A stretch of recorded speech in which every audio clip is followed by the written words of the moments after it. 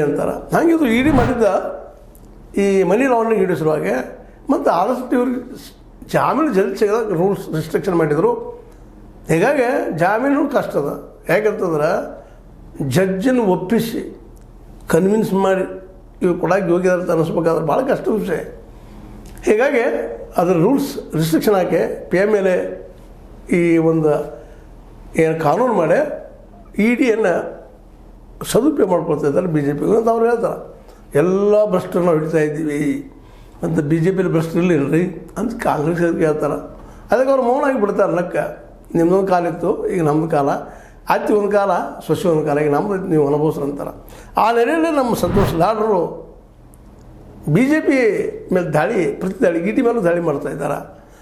ದೇಶದಲ್ಲಿ 11 ವರ್ಷಗಳಲ್ಲಿ ಜಾರಿ ನಿರ್ದೇಶನಾಲಯ ಅಂದ್ರೆ ಇಡಿ ಇಂದ 4,000ಕ್ಕೂ ಹೆಚ್ಚು ದಾಳಿಗಳು ನಡೆದಿವೆ. 4,000ಕ್ಕೂ ಹೆಚ್ಚಾಗಿರೋ ದಾಳಿಗಳು, ಒಂದಲ್ಲ ಎರಡಲ್ಲ. ಏನೋ ಸುದ್ದಿ ಬಂತು ಸುಳ್ಳು ಬಂದ್ರೆ ಅದರಾಗೂ MLA ಇದ್ದ, ಮತ್ತೇನಿದ್ದ ಆಡಳಿತಗಳು, ಮತ್ತೇನಿದ್ದಪ್ಪ ಅಂದರು ವಿರೋಧ ಪಕ್ಷದ್ದು ಬಂದ್ರೆ ಅಲ್ಲಿ ಬಂದ ಅಟ್ಯಾಕ. ಅವರಲ್ಲಿ ಶೇಕಡ 99% ದಾಳಿಗಳು BJPಯೇತರ ಪಕ್ಷಗಳ ನೇತೃತ್ವದ ಸರ್ಕಾರಗಳು ರಾಜ್ಯಗಳಲ್ಲಿ. BJPಯೇತರ ಅವ್ರಿಗೆಲ್ಲ ಹೋಗಿ ದಾಳಿ ಮಾಡೋದು ಅದು ಖರೀ ಇದ್ರಿ. ಯಾಕಂತಂದ್ರೆ BJPಯೇತರ ಈ ಏನು ರಾಜ್ಯಗಳದವ ಅಲ್ಲಿ ದಾಳಿ ಮಾಡೋಕ್ಕೆ CBIಗೆ ಅವಕಾಶ ಸಿಗೋದಿಲ್ಲ.